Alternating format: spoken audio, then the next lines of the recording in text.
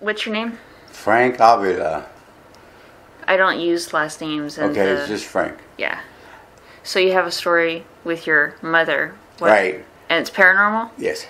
So what happened? Well, anyway, my mom is like clockwork. She did everything at a certain time in her schedule. She had like a regular schedule. She did things every day. And my father called to tell me it's 5 o'clock. Your mom's not here. There's no dinner or nothing. And I haven't heard from her for over 3 hours. So you need to come over here. And I went over to their house, and we were just calling everywhere to try to find them. She was with my sister, and we couldn't find them. And then I was pacing up and down at the house. You mean find her? To find her, yeah. We had the police looking for them, checking hospitals. Who's them? The police. My sister and my mother. I had the police looking for them. Oh, okay. Because my mom did everything like I said on a schedule. She did everything just that way.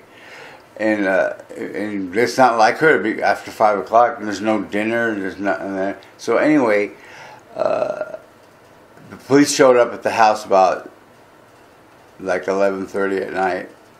Told them that they were killed in a car crash. Your mother and sister? Right. Okay. What's your sister's name? Julie. What's your mother's name? Vera. Okay. Anyway, so I was devastated because I was the baby of the family, and me and my mom were really kind of closest out of any of my brothers and sisters. Because me being the baby, she spoiled me growing up. Wait, so what happened with the car accident? The brakes went out in their car, and he rolled into a cement embankment straight in. My mom got crushed by the steering wheel, and my sister got crushed by the dashboard and her legs. And anyway, so that was devastating. My dad, he lost it. He didn't know what to do with himself because my mom did everything for him, and all he had to do was work. My mom cooked, did the cleaning, everything. Anyway, so the next day he moved out of the house. He didn't want to be there anymore. He locked up their bedroom, put a padlock on it, and he didn't want anybody in there. He didn't want to be alone. He didn't want to, but he didn't want to be in the house because too many memories. It was hurt. He was like really hurt. So I agreed to sell my house that I was living in and move into my mom's house. It's a real nice big house. Really nice. You wanted to keep it in the family. Exactly. Okay. Keep it in the family. And I never got to say goodbye to my mom because every day from work, every time after I got out of work, every day like clockwork, I'd call her, Mom, are you okay? Do you need anything from the store? How you feeling today? You know, I did that every day. We talked every day, and she'd always call and say goodnight.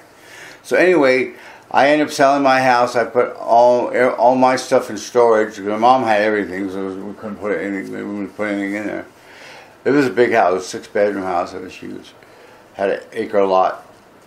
Anyway, the house is like you walk in, turn to the right. It's a long hallway. There's the guest bedroom where we stayed in, and straight down the hall was my mother's bedroom, and there was the other 2 bedrooms were all in the hallway. So anyway, one night I couldn't sleep because I was still devastated for my mother, and I cried. I did whatever. I prayed. Anyway, one night, this is probably about the 4th night we were there. I didn't have closure because me and my mom always said goodnight. So I'm laying in bed, and I had the door open, and it's facing right. I used to stare at her door, thinking she's going to come out of the room. And I just broke out in a cold sweat. I was just sweating profusely. You didn't know what was going on with me. And my wife woke up and she goes, Frank, what's the matter with you? I said, I don't know. I'm just feeling weird. So I sat up, and when I sat up, my mom's figure came through the doorway of the bedroom, her bedroom, down the hallway towards me. And I can see her and everything. It was, she was like floating towards me. And your wife was awake? Yeah. Did she see it? I don't think so. I mean, she goes, what are you looking at? I think only I could have seen her. Because she didn't see. My wife was like, "Oh, you're having a nightmare. You're gonna go back to sleep." It wasn't a nightmare. I was wide awake. Because you're sitting up already. I was sitting up. And you saw her solid or see-through? It was kind of like, it was more see-through, but she was kind of solid. As she got closer, it got transparent, and she went through me, and I can feel her going through me. And that was her way of saying goodbye to me. Was it warm or cold? It was cold. And she didn't say anything or look at you? She just went through you? She looked right at me. She just went straight into my soul. Oh, and disappeared. And like, into you? Into me. Okay. Yeah, and I just got because I was sweating and I was hot. And then when she did that to me, I got cold. Oh, so it wasn't like a freaky kind of cold. It was a calming kind of cold. No, it was. I was scared to death because I didn't know what was going on. I believe in resurrection and all that because I'm very religious, and I just felt I got some little bit of closure there. That she actually came to me to say goodbye. But you didn't have that closure right away. It was the afterthought after a while. Right. I was still devastated, but from the accident, still I had to face the funeral, but it was her way of saying goodbye. And so afterwards, you were much better with everything. I coped a little bit. I helped do the arrangements it was a double funeral. Right. We had to go to talk. Our father from our Catholic church came down. We had a chat and we set up arrangements for the funeral at this Catholic church. And I didn't go to the wake. They were so mangled up. They were closed casket, but they were giving us, the family, a special viewing before it started if we wanted to if you wanted to look and say goodbye, which I already did. I didn't go. Everybody got mad at me. I said, she said goodbye to me, and everybody thought I was just talking. I said, no. You told the story to almost everyone in the family? I told my whole family. Oh, my grandma was the one that was like, she says, Frankie, that's what I used to call him,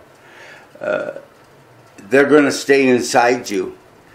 Mom's going to be with you the rest of your life. She's in you now. Because, it's all very symbolic. And Right. But I mean, you literally, she went inside you is what you're saying. But she did. Okay. She didn't come out. She went into my soul because I felt it. And then after that happened, that was cold feeling came over me, and I just got a calmness after it. I just got calm. And I don't know. And I guess that's what made me. I've gone to Catholic school. I've been religious my whole life. I went to church every Sunday growing up. But this made me more of a believer when that happened to me. Okay, that's kind of strange because the Bible teaches that the dead are asleep. They have no contact with us. So how do you reconcile what happened? I said I didn't know how to explain it when I told the story. It was unbelievable. I think a couple of my brothers and sisters believe me, but there's a few that didn't. But they said you're full of shit. Pretty much. You put the beer down. You're drinking too much. But it was